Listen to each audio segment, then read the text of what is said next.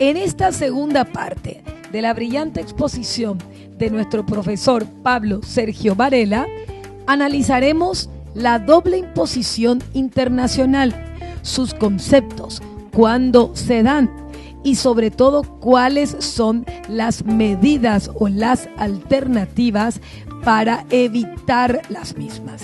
Y nos daremos cuenta que muchas de ellas se aplican indirectamente en nuestra legislación. Causas de la doble imposición. Hasta ahora, ¿qué vimos? Vimos elementos generales de derecho internacional, vimos pautas generales de internacional tributario, causas, factores, mencionamos cuáles son los factores, dijimos que era un factor de conexión, o que era una conexión, o esto que llamamos vínculo. Y ahora vamos a ver cuáles son las causas de la doble imposición internacional, por qué se genera. Ya dimos ejemplos, con lo cual todos ya interpretamos, y se genera porque hay un choque de potestad, entonces la misma torta la queremos comer entre 4 o entre 2 por lo menos. Digo entre 4 porque más de una vez hay 4 países que están en juego, ¿no? En todo esto. Con lo cual es como que queremos comer lo mismo, bueno, ahí chocamos. Entonces, desde el punto de vista técnico, uno que dice, mira, hay una superposición en ejercicio por parte de 2 o más países respecto a la legítima jurisdicción fiscal. Esto para empezar, este es el ABC. Pero hay más causas, porque hay una utilización de normas de derecho internacional cuyas definiciones en los respectivos ordenamientos nacionales pueden dar lugar a distorsiones de la categoría. ¿Vieron lo que les dije? Imaginen el convenio que firmaron por Johnny B. Goode con Estados Unidos, no definían regalía. Y a Estados Unidos aplica su concepto de regalía y ustedes aplican el de ustedes. Con lo cual, ese es otro choque, otro conflicto y otra posible causal de doble imposición. ¿Se ve claro esto? Ejemplo, supuesto de doble nacionalidad. El caso típico, la doble nacionalidad. Tengo nacionalidad americana y nacionalidad argentina. Y soy residente argentino, con lo cual ahí se produce un chinguli de doble imposición seguro. Y claro, con lo cual tengo que ir a buscar a algún lado cómo lo resuelvo. Todavía no llegamos a cómo lo vamos a resolver. ¿Sí? Yo ya les tiré una pista, que son los convenios, pero esa no es la única forma de solución de conflicto de todo esto, ¿sí? Nacionalidad o residencia de las empresas o de la fuente, y el ejercicio ilegítimo de la jurisdicción fiscal. Esta es otra. Cuando un Estado quiere extender su brazo recaudatorio a otro Estado, sin la potestad jurídica de hacerlo. ¿Sí? Hay un caso práctico que les traje, que lo vamos a ver mañana, seguramente ese, donde se da este ejemplo, en los cuales un Estado quiere llevarse una torta que no le corresponde. Eso es otro de los casos de doble imposición. ¿Perdón? Brasil seguro. Pero en el caso de Brasil es típico. Bien, continuamos. Hay definición, esto de clasificación no es para complicarlo, es para decirles un poquito y contarles cómo son algunas de las películas de todo esto. En estas clasificaciones, cuando uno lee, dice, bueno, las causas, ya vimos cuáles pueden ser las causas, las habituales son las que vimos, no hay otras, pero si tuviéramos que clasificarlas, ¿cómo las clasificaríamos las causas? Y Pire sigue, aquellas que son fortuitas, ¿sí? Aquellas que son causas fortuitas. ¿Y por qué causas fortuitas? Porque nadie había pensado que esto podía darse. Nadie pensó que esto podía darse. Por ejemplo, nadie pensó cuando todos escribían establecimiento estable que iba a surgir el convenio, el comercio electrónico. ¿Ustedes se pusieron a pensar en comercio electrónico alguna vez? ¿No? Pensamos un minuto, esta clase es de Altamirano, así que no le voy a robar letra a Alejandro. No, el término Altamirano, cada profe tiene su término, son las ciberempresas. Las ciberempresas, claro. ¿Qué pasa? A ver, de paso nos distensionamos un poquito. Imaginemos que queremos comprar algo vía internet. Nos metemos, computadora, a ver, y compramos algo, por ejemplo en Amazon, el típico. Vamos a Amazon, link, compramos un libro, compramos una plancha, cualquier cosa, algo que quieran. Bárbaro. Yo lo recibo en mi casa, todo bien, pagué con mi tarjeta. Yo les pregunto a ustedes, ¿ustedes pensaron dónde se paga el impuesto de eso? Porque alguien vendió. Alguien vendió. ¿Sí? Y si vendió, no vende por deporte, vende para ganar dinero. Y detrás del que vendió, tiene que haber alguien que lo esté persiguiendo para cobrarle. ¿No? Bien. Y alguien que se está escapando para no pagar. Y alguien que se está escapando para no pagar. Lógicamente. Entonces, ¿qué pasa con esto? Estos son temas fortuitos que se dan, que la evolución tecnológica hace que no ubiquemos, que se desmaterialice dónde se genera la renta. Porque si es operación, vamos al negocio acá en la galería, enfrente al hotel, al shopping. Vamos, compramos una plancha, le pagamos al señor y queda clarísimo, lo decimos en Paraguay. No hay duda, me voy a mi casa con la plancha o con el libro. ¿Está claro esto? Pero el problema se da cuando lo hago todo por el ciberespacio. Dice, bueno, olvídate, te agarran en la aduana. Entonces, cuando entras por la aduana te agarran con la plancha. Bueno, pero bajaste un libro vía electrónica. Te lo tenés en tu computadora, después te lo imprimís, lo anillás y tenés el libro que vos querías. Y lo tenés el libro. ¿Cómo llegó vía electrónica todo eso? Porque la venta se hizo igual. ¿Está claro esto? Entonces, ¿qué ocurre? Cuando se redactaron las normas de los convenios, no existía el comercio electrónico. ¿Sí? No existía, con lo cual esto se tuvo que contemplar y es, digamos, de hecho es uno de los BEPS. ¿Saben lo que son BEPS? Porque todos dicen BEP parece una abeja, pero ¿tienes un marcador a mano? Y de paso lo hacemos laburar al chico de trabajar al chico de la cámara, que me siga un poco. BEPS es así. ¿Qué significa? Base Erosion, Profit Splits. Me olvidé también que tienen que saber inglés para las que repito, tranquilo. Esto lo decimos así porque es más fácil, ahora se lo traduzco, es tan fácil. Repito, lo que tenemos acá es Base Erosion Profit Splits. Lo que dice es cómo me están esquivando la renta para no pagar. ¿Sí? ¿Cómo me cepillan la base imponible? ¿Está claro? ¿Cómo me están limpiando la base imponible y cómo se split, cómo están escurriéndose? Profit, ganancias, base erosion, la erosión de la base. Es algo fácil, esto es BEPS. Entonces, ¿qué pasa? Hay 15 acciones que vamos a ver. Una es la de comercio electrónico, porque en el mundo esto es un conflicto. ¿Sí? ¿Cómo grabamos a las utilidades que se dan en comercio electrónico? Esos son los problemas de doble imposición internacional y ahora vamos a ver.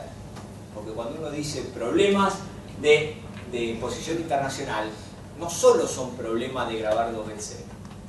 Muchas veces el problema es de no grabarla nunca. ¿Sí? Uno de los congresos de IFA en el año 2004, que fui y se hizo en Sydney, el tema, uno de los dos temas principales era la no doble imposición. Cómo existía esquemas de no doble imposición. Después verán cómo se genera el problema de la no doble imposición. Pero ese es un problema también. ¿Se ve claro esto? ¿Problema para quién? Para las administraciones, no para los contribuyentes. Pero es un problema. Entonces, esas son razones de naturaleza fortuita. O causas fortuitas. Y las otras son intencionales o deseadas. ¿Qué significa intencionales o deseadas? Los problemas de doble imposición intencionales o deseadas. O problemas de no imposición. ¿Qué significa? ¿Quién las desea o quién las quiere hacer? Muchas veces lo que es el Estado. El Estado quiere quedarse con el dinero de algún contribuyente, con lo cual toma un criterio de aplicación de norma que hace que el brazo se le vaya donde no tendría potestad. Entonces es intencionada o por fines políticos. Y entonces las causas de la doble imposición es, por ejemplo, como ven acá, para alcanzar determinados fines políticos o económicos, evitar la exportación de riqueza nacional o no crear intencionalmente condiciones favorables para la entrada de personas o importación de capital de origen extranjero. Ejemplo, esto lo vemos siempre. Ustedes quieren evitar que entre a Paraguay determinado producto. ¿Qué hacen? Le ponen una tasa alta en la aduana. Y eso es un tributo. ¿Sí? Y le ponen a la empresa, por ejemplo, Argentina, en el mes de julio modificó la ley de impuesto a las ganancias para las empresas de juego. Es decir, una empresa que se dedica al juego paga una alícuota diferencial, sustancialmente mayor, ¿sí?, que las sociedades comunes. Bien, ¿por qué? Porque quiere incentivar y se quiere quedar con más plata de esto. Bueno, cuando esto se da a nivel internacional, porque queremos grabarlo, esta es otra de las causales de doble imposición o de no imposición, como les dije. ¿Sí? Estas son intencionales o deseadas. ¿Quién es el que lo desea? El Estado. El Estado que quiere evitar y generar esa doble imposición para que haya más recaudación, o el contribuyente que comete maniobras para evitarla.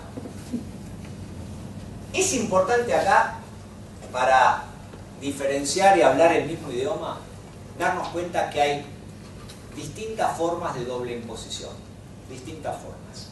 Primero, lo que conocemos todos y ya lo sabrán ustedes, a pesar del régimen de su país, que uno puede hablar de doble tributación internacional o doble tributación local. ¿Sí? Tenemos distintas jurisdicciones, entonces graba o el municipio, o en el caso de España los ayuntamientos, lo graba la provincia o lo graba la nación y se chocan entre los mismos poderes. ¿Estamos de acuerdo?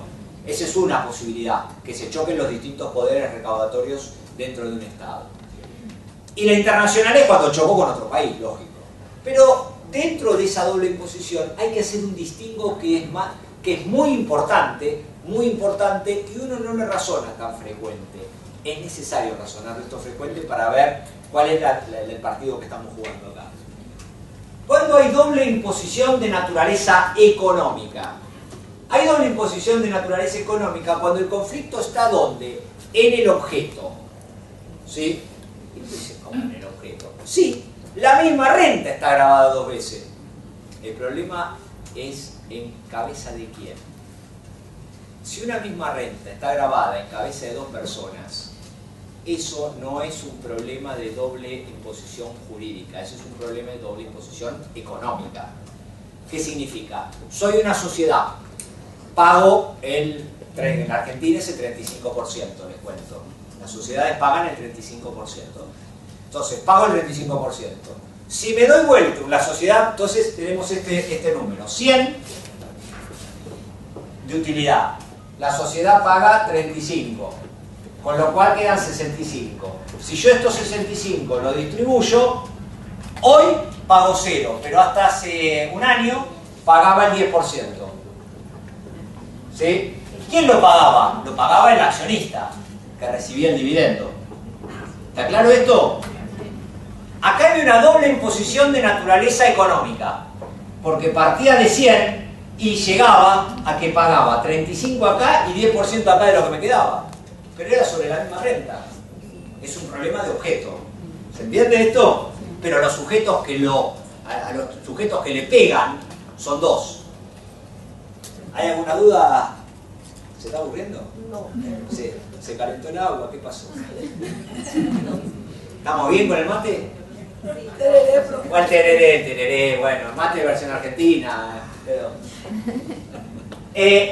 entonces, mismo ingreso grabado dos veces en relación a distintos contribuyentes. Se ve el ejemplo, esto es doble imposición económica. La doble imposición jurídica es la que estamos viendo acá. Este es el problema que importa. Acá lo que interesa es que estamos tratando, lo que estamos manejando y que no sabemos cómo arrancar y no sabíamos hace un rato cómo arrancar, no era un plato volador, era un avión. El plato volador parece igual, pero no es lo mismo. ¿Por qué digo esto? Porque este avión es el de la doble imposición jurídica, que es lo que queremos atacar. ¿Y cuál es la doble imposición jurídica? Graban el mismo objeto y al mismo sujeto dos veces, ¿sí? No a sujetos diferentes, ¿sí? El conflicto está con el sujeto fiscal, el mismo ingreso grabado más de una vez en cabeza del mismo sujeto. OCDE lo que hace es que la doble imposición jurídica internacional puede generalmente ser definida como la imposición de impuestos similares en dos o más estados sobre un mismo sujeto respecto a un mismo objeto y idénticos periodos. Esta es la definición, esta es pregunta segura, entre doble imposición jurídica o económica. Le leo ya la pregunta. La doble imposición económica se da, ¿va a ver que la respuesta es correcta? Cuando un mismo objeto fiscal, ejemplo, dividendos, está grabado dos veces. Primera opción, segunda opción. Cuando una misma persona paga dos veces el impuesto. Tercera opción, cuando dos estados se atribuyen la misma potestad tributaria. ¿Y? ¿Qué tal el problema? Hay que estudiar acá, Bien, ejemplo. La doble residencia es un conflicto de definición, ¿no? Obviamente, lo que les contaba. Dos estados definen residencia en la misma forma, con lo cual un tipo cae en dos estados, en la potestad de dos estados del mismo modo. ¿Entiendes? Y paga dos veces por las definiciones que tiene. Ahí se genera ese conflicto. Claro, entonces hasta acá teníamos conflicto. Ya sabemos, entendimos cuál es el conflicto, sabemos qué partido estamos jugando, para dónde tenemos que patear, bien. Ya entendimos, más o menos lo vamos siguiendo, ¿sí? Más o menos vamos, estamos mejor que cuando empezamos hoy, ¿no? Bien. Frente a todo esto decimos, bueno, ¿cómo lo solucionamos? ¿Te están atacando los mosquitos? Sí, mosquitos. Sí. Bien. O ya será que te quedaste, que estás asustada de estos temas. Vamos despacio. ¿Cómo lo solucionamos? Y hay dos formas de eso, hay muchas, pero hay dos formas básicas, uno tiene que clasificar, son dos formas. Hay medidas que son de naturaleza unilateral y otra que son de naturaleza bilateral. Hay una tercera que es plurilateral, pero vayamos a las dos primeras, que son las más fuertes. ¿Cómo lo resolvemos de forma unilateral? ¿Qué hacemos? En nuestra propia ley, en la legislación local, se establecen mecanismos para solucionar ese tema. ¿Sí? ¿Y cómo se soluciona? Es difícil darles ejemplo a ustedes que solamente están acostumbrados a un mecanismo necesariamente territorial. Pero Argentina, en el año 92, doy el ejemplo de Argentina, insisto, no por la destacar, porque es más fácil, me resulta más fácil los ejemplos, pero esto pasa en muchos estados también. El convenio, cuando decide grabar la renta mundial, ¿qué es lo que hace? Te dice, che, va a estar grabado toda la renta que vos residente obtengas en cualquier lugar del mundo. Ahora, cuando por la renta del extranjero pagues en el extranjero, te vas a poder tomar un pago a cuenta en la Argentina. ¿Eso dónde lo dice? ¿Lo dice algún convenio? No, lo dice la propia ley del impuesto a la ganancia. ¿Está claro? Por eso se denomina medida unilateral. ¿Sí? Entonces, Argentina mismo se está autolimitando, no su potestad, se está autolimitando la recaudación, porque no es que lo exime, lo que hace es permitir un cómputo de pago a cuenta.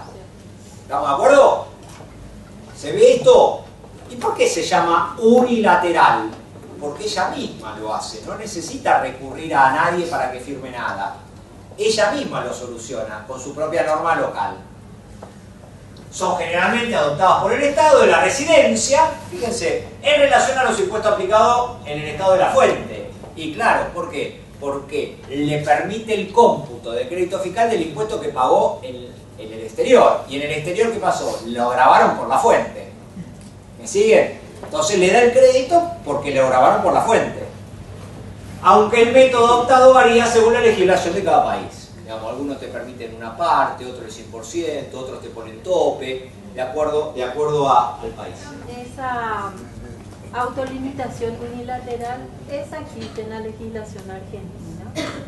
¿Existe? Pregunto si existe. Sí, existe, lo que les contaba. Permite el cómputo del impuesto pagado en el exterior hasta el límite del incremento de la obligación fiscal por incorporar la renta de fuente extranjera. Quiere decir que si una empresa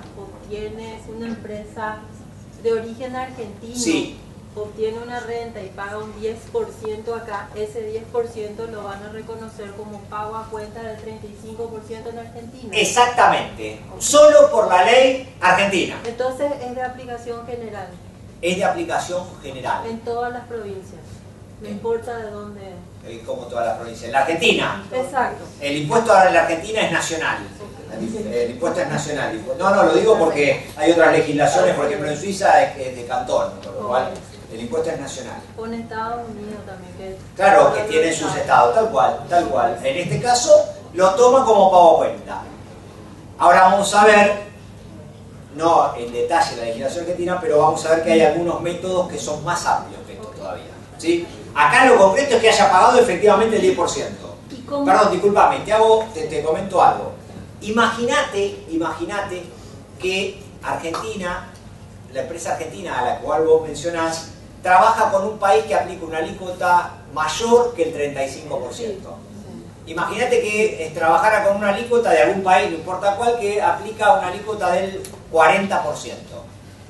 Bien, va a poder tomar como pago a cuenta todo lo que pagó en el exterior? Respuesta no. Solo va a tomar hasta el 35. ¿Está claro? Pero cuidado, en tanto lo haya pagado. Eso lo remarco, porque es importante acreditar el pago. ¿Sí? Y entonces, ¿con qué documento, disculpe? Sí, no. ¿Con qué documento se prueba? Demuestra el pago. Se prueba. Hay toda una resolución de la administración que te dice lo que tenés que traer, que es la constancia pasada por consulado, digamos. Tenés que comprobar que el pago fue efectivamente hecho, acompañar las declaraciones juradas y todo. ¿De acuerdo? Continúo. Entonces, dentro de los métodos para atenuar o reducir, ¿sí? Son sinónimos, está el de la deducción del impuesto pagado en el extranjero, el que estamos viendo. Este es uno. Y después hay otro, que es la reducción del impuesto respecto a alícuotas, ¿sí? Es decir, te permito, en lugar de tomarme el 100%, solamente te permito una porción. Esa es otra. No es la que aplica Argentina. Y otra es lo que se denomina diferimiento octaz diferal, que es la percepción del impuesto al momento de disponer de remisión de la renta del extranjero al país de la residencia. ¿Qué es esto? Fíjense ustedes. Esto no lo aplica Argentina, pero existe alguna posibilidad. Vamos a los casos concretos. Imaginen que un residente argentino es socio de una sociedad ubicada en España, ¿sí? Esa sociedad ubicada en España obtiene rentas, ¿sí? ¿Hasta acá me siguen? Bien. El socio argentino, en el balance en España, ganó dinero. ¿Por qué? Porque la sociedad española tuvo renta, ¿sí? Esa renta en España pagó. Me olvidé de España. La persona física es accionista de esa sociedad. Pero ¿qué ocurre? Es residente argentino. Entonces, ¿puede el fisco argentino gravarle la renta en la porción de su participación respecto de la renta que tiene en España? ¿Me siguen en esto? ¿Me siguieron todos en el camino? Repito. Vamos a dibujarlo así se ve más claro. Sociedad Anónima Argentina, perdón, Sociedad del borrador, ¿dónde lo tenemos? Acá, muy bien. Acá tenemos a un señor argentino, que es accionista, socio, ahora van a ver por qué, de una sociedad española. Y esta sociedad española tiene renta. ¿En dónde? En España y en otros países. ¿Hasta acá me siguieron? Claro. Entonces, yo pregunto, Argentina, al fisco, ¿le puede cobrar imaginemos que tiene un 50%, ¿sí? De esa sociedad. Y esta renta fue de 100. ¿Puede cobrarle la sociedad argentina el 50% de esta renta de 100 a este señor? ¿Qué opina? Depende de la legislación. En Paraguay, por ejemplo, dice, si la persona que invierte está aquí, esa porción que le viene tiene que pagarla a Paraguay. No, si es persona física no, porque la acción es de una sociedad española. Para impuesto a la renta personal no está grabada, si es una persona física. Fíjense, ya menos mal que discuten entre ustedes, estamos bárbaros. Yo les cuento. Esto hay dos formas que se pueden solucionar, de acuerdo a cómo cada legislación aplique. Les explico por qué. Si esta es una sociedad anónima, de acciones y tal, el fisco argentino no podría gravarlo. ¿Por qué? Porque la sociedad, la utilidad quedó acá. La única forma que tiene de gravarlo es cuando esta sociedad le pague dividendo al señor. Cuando le pague dividendo, el fisco argentino le dice, vení, tráeme tu dividendo, paga el impuesto. ¿Hasta acá vamos bien? Una consulta. Pará, no termine el ejemplo. Sin embargo, si esta en lugar de ser una sociedad es una de las que se denomina transparente, es otro de los términos, transparente. ¿Qué significa que sea transparente? Que en realidad es una sociedad, es una partnership, es una sociedad de personas. Y como sociedad de personas, en la jurisdicción que sea, imaginemos que así lo fuera en España, el que tributa es el socio directamente. ¿Me siguen en esto? Ustedes tienen tipos societarios donde se tributa directamente la persona. Si bien hay una sociedad, la sociedad calcula las ganancias, pero la utilidad va directamente a la persona. Ustedes la tienen en esta modalidad. ¿Cuáles son los tipos societarios que tienen esto? No, la sociedad anónima no. La sociedad anónima paga automáticamente. Sociedad simple. ¿Perdón? Solo la sociedad simple ya es así. La sociedad simple tributa a la persona física de forma directa. Bien. Si en España... Imaginemos que fuera una sociedad transparente, que la renta va, como ocurre en lo que se denomina partnership, es decir, la renta la obtiene el ente, pero cada uno tributa en forma individual. Argentina tendría que estar grabándolo ahí. ¿Me siguen? Entonces, ¿qué es esto? ¿Entendieron la diferencia, no? Entonces, la pregunta es, ¿qué es esto del diferimiento? Existen casos en los cuales el tipo obtuvo una utilidad, sí la obtuvo, pero ¿dónde quedó? Quedó en la sociedad. Entonces, como quedó en la sociedad, esa utilidad no se la graba. ¿Me comprenden esto? ¿Se la van a grabar cuándo? Cuando la traiga esa renta. ¿Me siguen? Cuando traiga y ahí le graban el dividendo. Mientras tanto, no. Entonces, esta es una forma, por eso se llama de diferir el pago. Un tax deferral. Lo que hace es esperar a que el tipo remita la renta para los fines de grabarla. Mientras quede en el extranjero no pasa nada. ¿Se ve claro esto? Sí. Bien.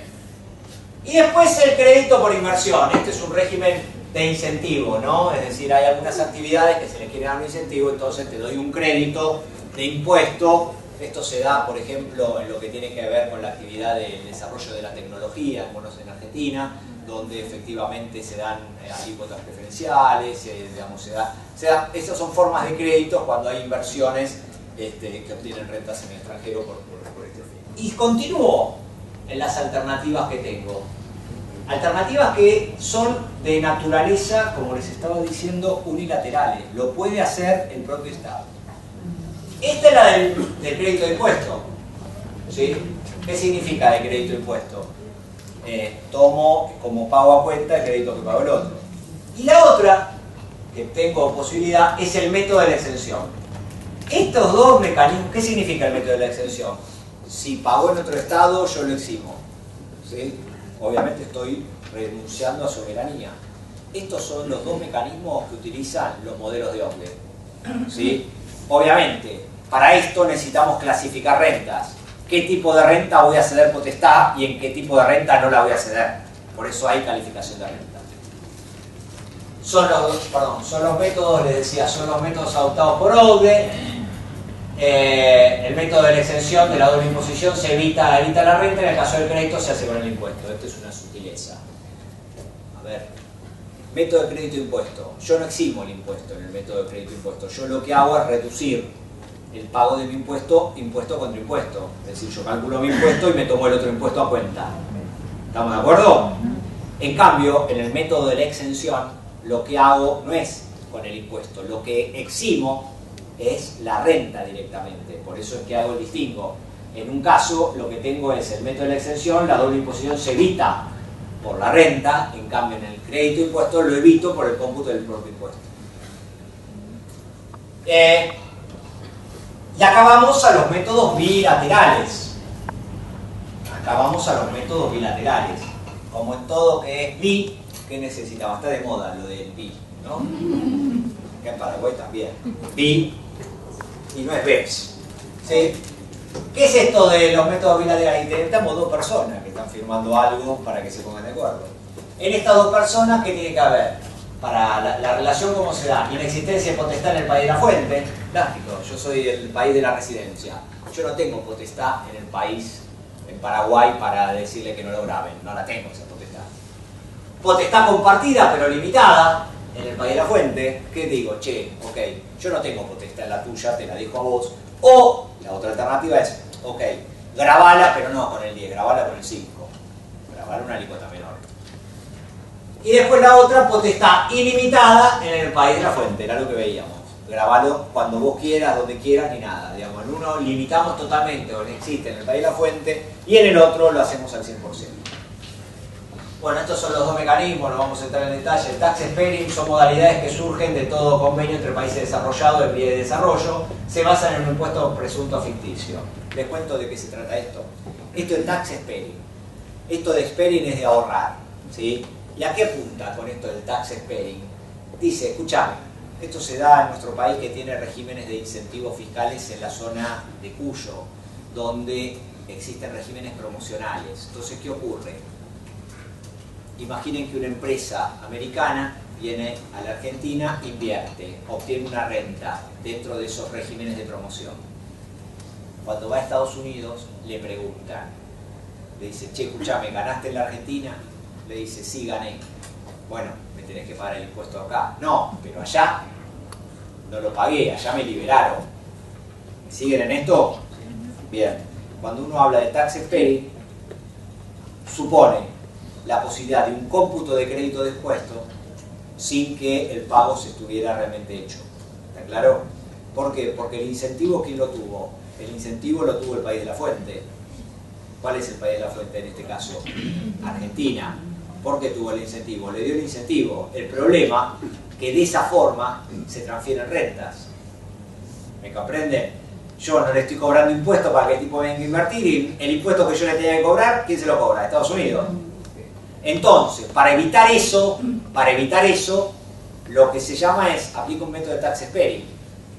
Computa el pago a cuenta, aunque no lo hubiera pagado efectivamente. Por eso ahora vamos a ver que se trata de una modalidad que surge entre países desarrollados y no desarrollados. Porque si no, el país subdesarrollado le está transfiriendo fondos en forma indirecta al país desarrollado.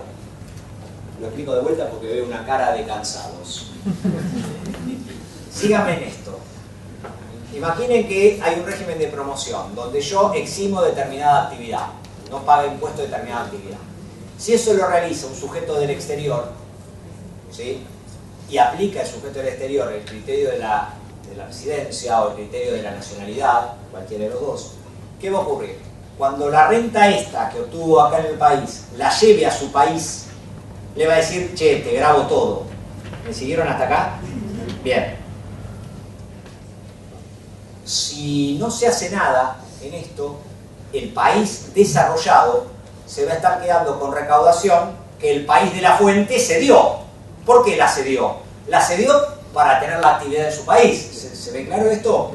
La cedimos porque quisimos desarrollar determinada actividad, con lo cual no le cobré impuesto a esa empresa. Pero el impuesto que yo no se lo cobro, se lo va a cobrar el otro. ¿Me comprenden en esto? Para eso se aplican mecanismos en los convenios que se llaman tax sparing. ¿Qué significa esto? Te permito, el país de la residencia, en este caso el del exterior, el país desarrollado, le permite computar un pago a cuenta a pesar de que el impuesto no hubiera sido efectivamente pagado. ¿Me siguen en esto? Con lo cual el sacrificio fiscal lo hacen los dos. ¿Me siguen? Por eso se habla de un impuesto presunto, nunca se hizo el desembolso. ¿Sí? Por eso, discúlpenme, por eso acá ve que dice se basan en impuestos ficticios, porque el impuesto nunca se pagó. Si yo no aplicara un mecanismo de tax sparing, estaría cediendo potestad del país subdesarrollado que le dio incentivo al del exterior y se lo está llevando al exterior. Una consulta que a lo mejor la profe no era profe, para la ley de inversiones, la ley de maquila y eso. Exactamente, sí. Nosotros tenemos en la ley de maquila, están en una de las pocas que tenemos, en la ley de 6090, que están exonerados del pago de dividendos y utilidades si en el país de origen se ha pagado por esos dividendos y utilidades, no se vuelve a pagar acá. Pero si por ejemplo está ubicado en un paraíso fiscal, claro, el fisco paraguayo le cobra. Es una de las pocas reglas internacionales que tenemos. No, es que, perdón, las legislaciones por ahí tienen muchas reglas internacionales que uno no las ubica. Sí. No las ubica por nombre y apellido, Exacto. pero buscan eso. Así es. Sí. Pero lo que vos estás explicando es diferente a lo que recién explicó la autora. Pero es un mecanismo de exoneración. No, es el sentido inverso. Claro, Ah, un mecanismo a ver, de... es la otra cara de la misma moneda. Seguime. Ella explicó que acá no lo graban en tanto haya pagado en el extranjero. ¿Está claro? Y yo lo que te decía era la inversa. Digamos, vos fíjate, ahí le están dando un cómputo de exención para no grabarlo dos veces. En este que te digo yo, incentivás el régimen asegurándote que le permitan el crédito de impuesto al tipo que viene a invertir. Sí, pero... El efecto es el opuesto, sí, pero es la misma moneda. Lo que estás haciendo es incentivando el desarrollo de una actividad, porque si le diste a la maquila eso porque te interesa. El mismo resultado. ¿Estamos de acuerdo? Sí. Bárbaro. Bien. Métodos bilaterales, seguimos con lo mismo, hay una diferencia sutil entre el matching credit, no se vuelvan locos con esto. En un caso, en el tax spending ese que le dije, crédito impuesto exonerado, lo que expliqué antes, ¿sí? Con detalle. El matching credit otorga al inversor en el exterior un crédito por supuestos impuestos pagados en el país en desarrollo, en general a una alícuota mayor a la existente en el país. Es un tema cuantitativo. ¿Por qué se llama matching credit? Por match de coordinación.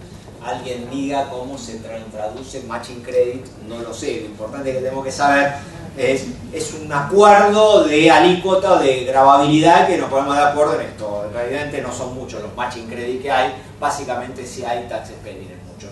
Por ejemplo, Estados Unidos no firmó con Argentina nunca un convenio de doble imposición por el problema del tax spending, porque Estados Unidos no quería reconocer todos los regímenes promocionales. ¿Me siguen? Por eso no lo firmó. Le quiero leer solamente esta exoneración, profe, para que quede claro. Dentro de la exoneración de Maquila y de Ley 6090, que es nuestra ley de incentivos fiscales, no se paga por dice, exoneración total de los impuestos de cualquier naturaleza que graban el pago de alquileres, locación, utilidades, regalías, derecho de uso de marca, patente de inversión, etcétera, por y otra forma de transferencia de tecnología efectuada por las empresas beneficiarias, sean estas residentes o no del país. Me leí otro. Exoneración de los impuestos que inciden sobre los dividendos y utilidades provenientes de los proyectos de inversión por el término de hasta 10 años, cuando la inversión fuere por lo menos de 5 millones de dólares americanos y el impuesto a tales dividendos y utilidades no fuere crédito fiscal del inversor en el país del cual proviene la inversión. Para evitar, esta es una norma para evitar la no doble imposición. Claro. Es decir, si el país te va a reconocer el impuesto que vos pagaste en Paraguay, te exoneramos. Esa es la ley de inversión. La ley 6090. El artículo 5, pero si estás en un lugar donde no vas a pagar impuestos, porque estás en un paraíso fiscal, te cobramos el impuesto acá. Claro. Es lo mismo, ¿Okay? lo que habíamos dicho. Para que no se produzca la no doble imposición o la no doble... Sí, o en un lado te da el incentivo y en el otro lado no te castiga dos veces. Exacto. Pero y la renta, bueno, aquí la viste que acá no se retienen los impuestos a los extranjeros. Sí, lo que pasa es que nuestro sistema ya es directamente aquí para no tener que devolver, porque hay dos formas que lo aplica también el profe ahora. En vez de devolver el impuesto, directamente no le grabás para no tener que devolver, porque son exportaciones, son régimen de exportación. Por ejemplo, acá la publicidad dice, vaya a Argentina. No, acá dice no la publicidad. Vaya a Argentina y le devolvemos el 21% de su IVA. Va a haber varios carteles. Sí. Entonces, ese es el mecanismo que... ¿Y te lo devuelven? Sí, claro. En el aeropuerto yo me voy, presento todo. Free, claro. Claro, Sí. presento todo y me devuelven, y antes me devolvían, me devuelven en la tarjeta de crédito o en efectivo. Nosotros siempre hacemos eso. Y te hacen, y acá sin embargo ya no le cobramos. Claro, sí, entiendo. Entonces esa es la diferencia, ya no le cobramos. ¿Ok?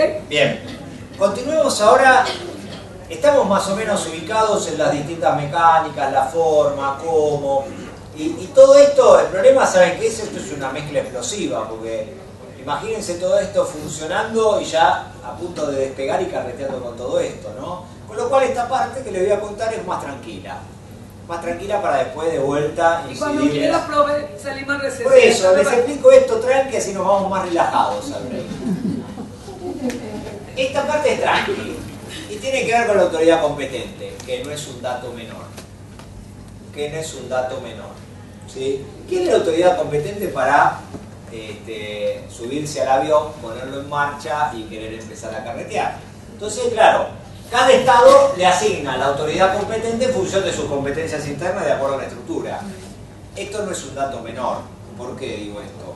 Porque hay que revisar quiénes son los que negocian los convenios. No solo porque entiendan de esto, sino que estén jurídicamente habilitados para hacerlo. ¿De acuerdo? Más de la dependencia con competencia específica. Es lógico, no dudo que la administración que recauda tiene que jugar ese partido para ver cómo después lo va a aplicar. ¿Aquí hay alguien que trabaje en la administración? ¿No hay nadie? Todos los privados vienen acá. Los de la administración no quieren escuchar esto. Es muy importante para la gente de la administración escuchar esta película. Pero después son los que van a tener que recaudar. Y sobre todo, está prohibido, le ponen en el freezer. Seguro que alguien ahí no se anima a decirlo. Sí, claro que hay. Tenemos 3 profesores de la administración. Bien. Hay más de una dependencia con competencia específica. Es posible, por ejemplo, yo les cuento el caso de Argentina. En Argentina está la AFIP, que tiene en su potestad a la aduana y a... Vieron que es algo tranquilo esto, les cuento, porque ustedes lo tienen que reflejar en su estructura organizacional, ¿verdad? Está la AFIP, que tiene a aduana y tiene a DGI, que es la que recauda el tributo, pero dentro de AFIP hay un sector que se dedica a tributación internacional, pero los que tienen la potestad de la negociación de los convenios de doble imposición es el Ministerio de Economía, donde está la subdirección, donde está la subsecretaría de Ingresos Públicos, que tiene su Dirección Nacional de Impuestos, y repiten porque está la gente internacional también. ¿Me comprenden? La diferencia es que en unos casos lo que hacen es fiscalizar, los del organismo AFIP son los que están para fiscalizar y controlar, y en otros casos los otros están para la diagramación de la política. Entonces es importante que trabajen en equipo. Pero esto es como la autoridad competente es importante. Ustedes van a decir, che, si estamos viendo convenios, ¿para qué me contás cómo es el tema de las autoridades? Porque los convenios también es importante que digan quién los van a aplicar y quiénes van a ser las personas que van a poder estar jugando ese partido. ¿Está claro? Entonces es importante que lo digan, ¿sí? Porque es una norma, no se olviden, los convenios que firmamos son normas claramente establecidas, informadas al otro estado del contribuyente, ¿no? Es decir, los dos estados tienen que estar negociando con los que sean válidos para negociar, si no es una conversación de sordos. Negociación, obviamente, la hace el Poder Ejecutivo. ¿Quién es el Poder Ejecutivo? Lo que le dije, Ministerio de Economía y organismo de recaudación. La interpretación es diferente a la aplicación. ¿Qué significa? Los que aplican van a ser ¿quiénes? La recaudación, pero no son los que interpretan. ¿Quiénes tienen que ser los que interpretan? Los que interpretan tienen que estar por encima de lo que le aplican. Si no, hay un problema de orden en todo esto. Los que interpretan tienen que ser los que tienen la facultad local para hacerlo. Obviamente hay que seguir los procedimientos y obviamente tiene que ver con la gestión, cómo se desempeña. La negociación, como cualquier negociación, voluntad de las partes, que luego se tiene que llevar al debate parlamentario, porque no, digamos, el debate parlamentario no contiene documentos preparatorios. Estados Unidos es el único caso que yo conozco, tengo relevado, que siga adelante con los documentos preparatorios, pero en realidad ustedes no necesitan que Estados Unidos apruebe por el Congreso nada. Esto no lo aprueba el Congreso de Estados Unidos. ¿Sí? Directamente la estructura jurídica que tiene es que lo firmó el Poder Ejecutivo y ya quedó cerrado. En nuestros casos necesitamos un Estado parlamentario, es decir, el Congreso de la Nación afirmando y aprobando esos convenios. Utilidad de publicación de los trabajos preparatorios bilaterales. Esto es importante. Esto que ven acá, artículo 32 de la Convención de Viena de la doble, de los tratados internacionales. esto es importante, Convención de Viena de Tratados, esto es importante, tiene que estar publicado, porque si no está publicado se quiebra uno de los principios, que es la publicidad que aplica todo el derecho público. Eso es importante. Lo digo porque más de una vez alguna administración quiso pararse en cuestiones de naturaleza de publicidad periodística, y no es esa la publicidad a la cual referimos. La interpretación para determinar las consecuencias que se derivan de la ley, los principios de interpretación de derecho, 4 elementos, ¿no? Esto también juega acá. Fíjense, pudimos arrancar el avión, pudimos carretear, empezamos a volar, pero si se prende una luz roja, ¿qué hacemos? Tenemos que tener el manual instructor, tenemos que tener el manual. ¿Qué pasa cuando se prende la luz roja, no? Entonces alguien tiene que interpretar, che, eso es una luz roja, significa tal cosa. Esto llevado a términos jurídicos es cómo interpreto. Entonces, claro, primero tiene que haber algo de común acuerdo. ¿Quiénes interpretan en cada uno de los 2 países? Esa es la interpretación local. Pero hay que buscar un método que el ruso y el brasileño puedan entender, porque si no, por idioma vamos muertos, ¿no? Entonces necesitamos que esté en un código que los 2 puedan entender. Para que los 2 puedan entender, ese convenio de doble imposición tiene que tener alguna pauta, porque si no vamos a necesitar hacer un procedimiento diferente para poder entenderlo, que va a ser un procedimiento amistoso de entendimiento de un convenio, que también tiene que estar previsto. ¿Está claro esto?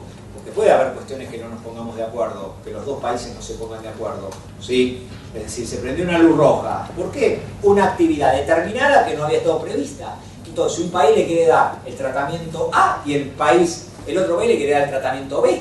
Entonces, los 2 países se tienen que poner de acuerdo si no estaba previsto el cómo interpretamos. Y entonces acá viene la historia. Primero hay un tema, esto es propia interpretación jurídica. Esto es agarrar un libro de interpretación jurídica y nada más. Derecho gramatical, elemento lógico, elemento histórico y elemento sistemático. Es decir, tengo que interpretar dentro de todo el conjunto del sistema, dentro de todo el convenio. Ustedes dicen, bueno, no va a haber problema, yo no me voy a meter nunca en el convenio de locución. No, gracias a eso, más de una vez zafamos porque interpretaban el convenio como quería el FICO y íbamos muertos, pero había que interpretarlo siguiendo estos parámetros, siguiendo un todo sistemático, organizándolo, estudiándolo y viendo que lo que el FICO decía es lo que quería decir, pero no lo que el convenio, de lo que el convenio surgía. La interpretación de los tratados debe ir más lejos que la interpretación del derecho interno. Es decir, la terminología, en derecho interno la terminología suele ser menos precisa, ¿no? Entonces en el tratado internacional no puede haber imprecisión. Ya saben que hay un conflicto, ¿saben con qué? Con los idiomas. Créanme, los tratados de doble imposición tienen conflictos por los idiomas, porque una expresión en un idioma por ahí no tiene la traducción exacta en otro idioma y podemos estar deformando el alcance que tenga esto. Por lo cual, en los tratados de doble imposición, más que nosotros como países de habla española, le digo para Paraguay en el futuro, por supuesto, tienen que tener presente el tema de la traducción. Y aparte, esto es, cuando uno se sienta a negociar un convenio de doble imposición, te está sentando y está jugando con en la Premier League, está jugando en la Premier Liga. Y claro, donde te pusieron mal una coma en un convenio, y dejaste, y pasó eso, y publicaste esto, perdiste recaudación. Acá, a ver, cuando se sientan 2 países a negociar, es negociar esto. No crean que es te regalo, me llevo un poquito de torta, no, están jugando plata. ¿Sí? Hay intereses creados detrás de todo esto. ¿Sí? Intereses creados de quiénes? De las administraciones. ¿Sí? De las administraciones tributarias, porque quieren meter tal o cual actividad en el país con el cual se sientan a negociar. No sé si se ve esto, ¿sí? Con lo cual, uno, en lugar de estar peleándose con un cliente o en lugar de estar peleándose contribuyente administración, se están peleando 2 administraciones que a las 2 les interesa, pero donde pestañaste, sos cartera, digamos. Esto es famoso dicho, cocodrilo que se durmió es cartera. Bueno, acá lo mismo.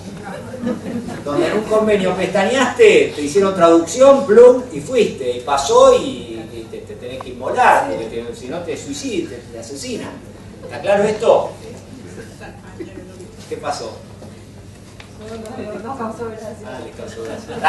Doctor, y en los casos contenciosos, ¿hay procedimiento arbitral entre los estados o eso solamente es privado? Qué buena pregunta, qué buena pregunta. Los convenios, todavía no llegamos a cómo es la estructura de los convenios, pero los convenios, ahí por los artículos 20 y tanto, se establecen pautas de negociación, de procedimiento amistoso se llama, que de amistoso no tiene nada. Porque si llegás a un procedimiento amistoso es porque no fuiste amistoso antes. ¿Se ve claro esto? Entonces, ¿qué ocurre? Nos encontramos con que los convenios traen esa cláusula y el año pasado, ayer lo contaba en la cena, compartí con unos amigos españoles, italianos, el arbitraje. ¿Cómo era el arbitraje? Si hay arbitraje en todo esto. ¿Cómo es esto el arbitraje? ¿Se pueden arbitrar los impuestos en materia internacional? En materia local primero, es decir, ¿puede la administración nombrar un árbitro para ver si corresponde o no corresponde el impuesto? Parecería loco esto, ¿no? Bueno, en el mundo se está dando esa tendencia. ¿Se entiende esto? Y repito, no estoy hablando de conductas ilegales, ¿no? Cuando hablo de arbitraje, me estoy refiriendo a, che, designamos a alguien, hay una persona, hay un tercero, hay una suerte de conciliación. Y se está haciendo a nivel internacional también. El arbitraje, ¿por qué? Porque se ha probado que todo el tiempo que demandan, todos los procesos y los costos que tienen los procesos para las administraciones y para los privados es mucho más caro que las diferencias resultantes al final. ¿Sí? Pero repito, todavía nosotros estamos en pañales frente a todo esto. ¿De acuerdo? La segunda pregunta acá nomás. Sí. La segunda, solamente para aclarar, un caso importante, eso lo tenemos en el Mercosur, que el Tribunal Arbitral Internacional es la máxima instancia o si no es imposible ir a pelear. Sí, pero claro, ¿cuántas veces actuó que lo hayamos? Yo no conozco, ¿no? Hay unos cuantos, sobre todo hay casos, por ejemplo, de ¿Pero las en qué materia? cubiertas, Temas después los casos de aduaneros, las por supuesto. bananas, los casos de trabas. Sí, para temas aduaneros. Yo lo único que quería aclarar antes de pasar al receso es, para un país tan chico como Paraguay, en donde nuestra proyección, nuestra única posibilidad, porque fíjate vos, profe Pablo, Argentina, sí, Argentina puede tener una industria láctea y no le va a alcanzar la producción para darle leche a todos los argentinos. Pero Paraguay es un país tan chico que si nosotros no nos proyectamos internacionalmente, existe imposibilidad de crecer. Entonces, para un país tan chico como nosotros, tenemos lo que le llamamos tratados internacionales de hecho, pero no de derecho. Claro. Ejemplo, si querés, que discutíamos hoy, justamente con lo que ayer hablábamos en el Club Ejecutivo, porque el Club Ejecutivo está sacando una charla, y le digo, no, pero no, es una imposición. Le digo, sí, la OCDE dicta directrices, pero es la misma directriz que vos te vas al banco cuando querés sacar una tarjeta de crédito. Que tenés así un manual que tenés que firmar y te vas a todos los bancos y te piden la misma cosa. Sí, sí. Y vos tenés que sacar tu tarjeta de crédito, no hay ley y no podés trabajar sin tarjeta de crédito y tenés que firmar eso que se vuelve, ese contrato se vuelve, ese contrato privado se vuelve de hecho una ley porque necesitas. Entonces, a nosotros nos pasa lo mismo. Ejemplo, si queremos cortar carne, sí o sí tenemos que adaptarnos a la trazabilidad. No hay ley que me dice, pero el mercado internacional no me va a comprar la carne. Entonces, para nuestro derecho tributario, yo le digo, nosotros tenemos lo firmado, que es nada, pero lo no firmado es mucho, porque somos un país muy chico y tenemos que adaptarnos. Entonces, si yo soy de Estados Unidos, puedo decir, no, a mí no me interesa esto, pero nosotros vivimos del comercio internacional. Nosotros no vivimos para... nuestro país no va a poder crecer si solamente nos dedicamos porque somos 7 millones de habitantes. Sí, lo único que yo les cuento en esto es, coincidiendo con Nora, a uno ve todo esto que uno está cantando como si estuviéramos hablando de platos voladores, marcianos. Bueno, esto nos pasaba a nosotros también, Sí. Créanmelo, cuando uno hablaba de precio de transferencia en la década del 90, hablaba de precio de transferencia, parecía que era, y hoy Argentina está avanzando en Latinoamérica con precio de transferencia como loco. Entonces, lo que trato de decir es que los institutos, estos vienen para quedarse. Uno lo agarrará más ahora, tendrá una noción ahora, seguirán en un par de años tal vez, pero esto está para quedarse. Avanzo para así nos tomamos un café. Bueno, interpretación de los tratados, de ir más lejos, no dije, interpretación general en el derecho internacional, la intención común de las partes, esto es importante. Después, define el sentido de la cláusula, la autoridad administrativa, la autoridad competente es la que define el sentido de las cláusulas, la de aplicación es la administración tributaria, que lleve adelante todo este mecanismo, la autoridad competente tiene la supresión y revisión, y después la interpretación tiene que estar conforme a el convenio, la Convención de Viena del Derecho de los Tratados, ¿sí? Esto es importante, repito, insisto con la Convención de Viena porque uno normalmente no lo tiene ni en la biblioteca, pero es importante si uno quiere repasar algo internacional, es ver los 4 o 5 articulitos que refieren al tratado, porque todo eso se aplica en la... No, mientras que vos decías, yo ya le puse en la bibliografía. Perfecto. Porque me di cuenta que le faltaba. Perdón, prevención de elevación, bueno, esto también lo van a ver, hay una clase particular de todo esto. Bueno, ahí tienen un fallo, y lo que vamos a ver después es este artículo 31, que es la regla general para interpretación de los convenios.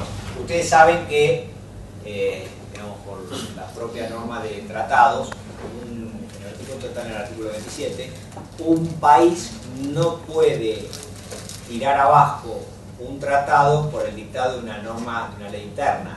Es decir, con una ley interna no puede tirar un tratado. La mecánica de desactivar un tratado, es decir, de bajarle la térmica, es a través de la renuncia del tratado.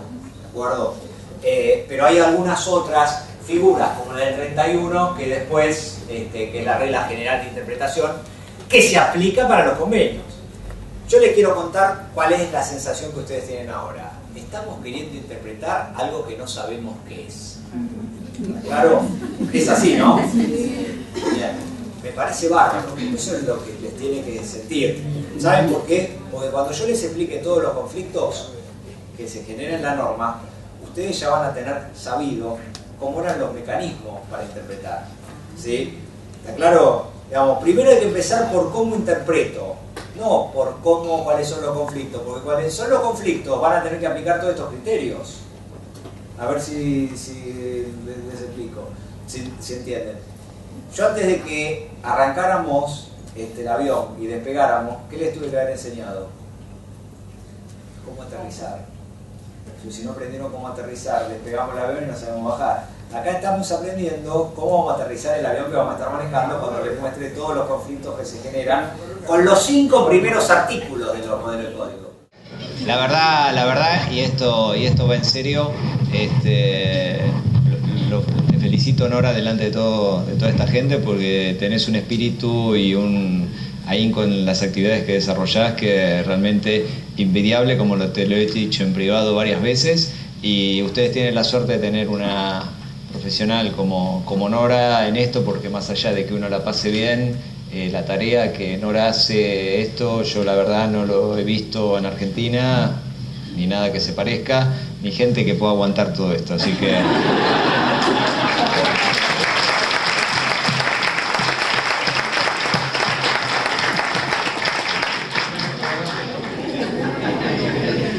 Bueno, les cuento algo, cómo vamos a continuar en la reunión de hoy. La reunión de hoy vamos a hacerla una hora, ya temas didácticos, pedagógicos haría que digamos mucho tiempo, pero les pido que por favor nos quedemos una hora, porque lo que pretendo en esto es dejar todo cerrado para el día de mañana, dar 2 temas que son muy fundamentales y que uno necesita estar de mañana y no un viernes a la noche escuchándolos, que son el tema de establecimiento estable y el de empresas vinculadas. Así que mañana vamos a ver esos 2 temas, que son artículo 5º y artículo 9º del código, del modelo de código tributario propuesto por OCDE. Lo que vamos a ver hoy es continuar un poquito más con esto, pero ya sembrándoles algunas inquietudes adicionales en esto.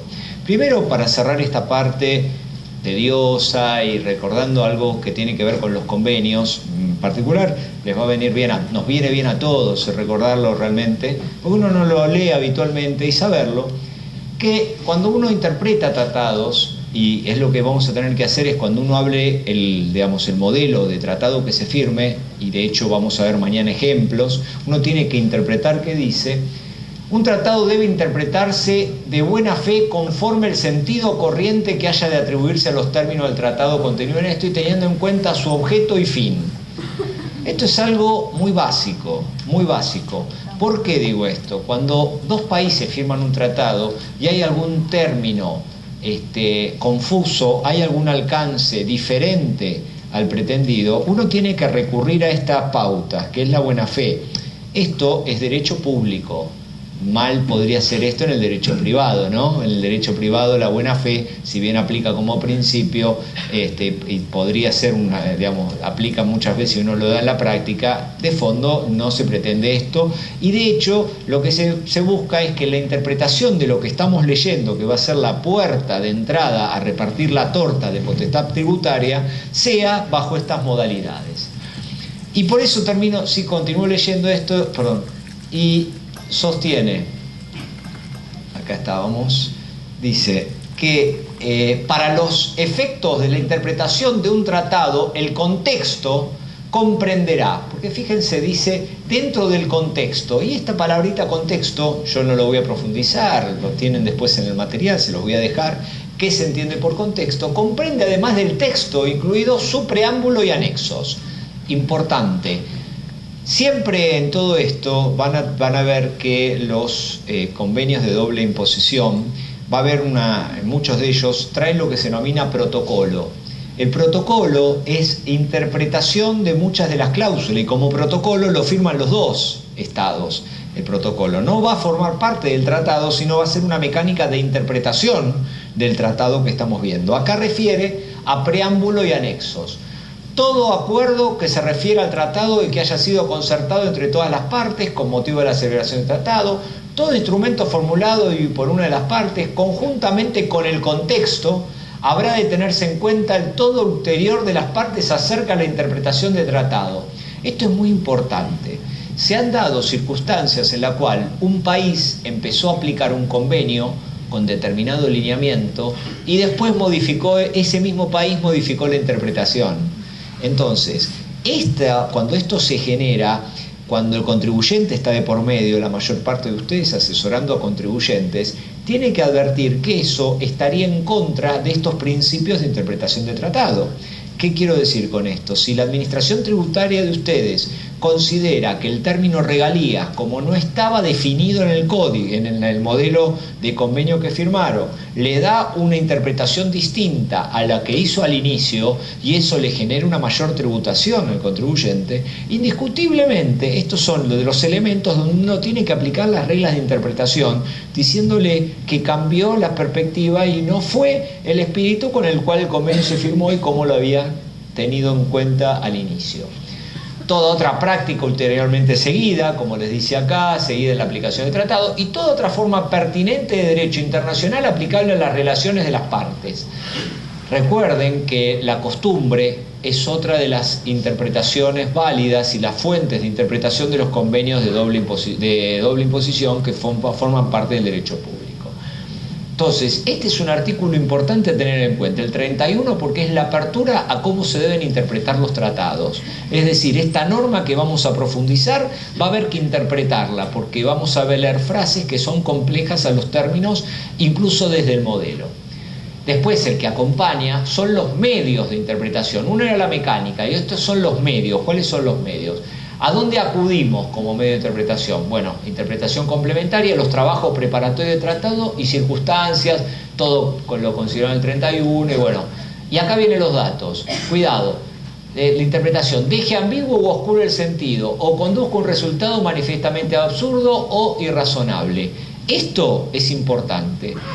Cuando ustedes vean que por aplicación del convenio se llega a resultados que tienen estas cualidades, indiscutiblemente algo falla en la interpretación que están llevando adelante con el tratado, y esa es la forma de defenderlo, recurriendo a estos artículos. En realidad son pocos los que saben que tienen que aplicar esto, pero esto es fundamental porque a ustedes también aplican la Convención de Viena. Los convenios, ahí vemos todo lo que dice, que se entiende por contexto. No voy a detenerme en esto, pero es la profundización de lo que tiene que ver con los convenios de doble imposición, que debe entenderse por contexto, que era lo que marca la ley. No forman parte del contexto, por ejemplo, documentos técnicos unilaterales explicativos. Esto es importante. Cuando un país, fíjense ustedes lo que pasa en nuestro país, existen normas, hay convenios vigentes y por otro lado la propia administración tiene una propia norma interpretando algo que está diciendo el convenio. Es una norma de carácter unilateral. ¿Eso sirve como medida interpretativa? Desde el punto de vista jurídico no, porque dentro de interpretación de tratados son medidas de carácter unilateral y no está dentro de los elementos que vimos. Con lo cual, esa va a ser la interpretación de la administración, pero no la interpretación del tratado con efectos jurídicos. Ustedes tienen que seguir el siguiente criterio. Insisto, como asesores en muchos casos ustedes saben que decide es el cliente, pero uno le tiene que dar las herramientas, ¿sí? Y las herramientas son, el fisco te está exigiendo esto, pero jurídicamente es cuestionable. Vos fíjate si lo querés llevar a la justicia o no. Estos van a ser los planteos que uno tiene que hacer y lo básico donde tiene que plantearse. Además del contexto, bueno, toda norma de derecho internacional aplicable. Acá volvemos a lo mismo, los medios complementarios. E insisto con esto porque los convenios de doble imposición tienen muchas de estas virtudes o críticas que se les van a hacer oportunamente. Terminada esta brillante clase con conceptos nuevos que se pueden investigar y leer, realice el test de interpretación de los conceptos y algunos ejercicios prácticos de comprensión de la importancia de los métodos, evitar la doble imposición internacional y también la no imposición, o como le llamamos, la no tributación en ninguno de los estados, o la no imposición.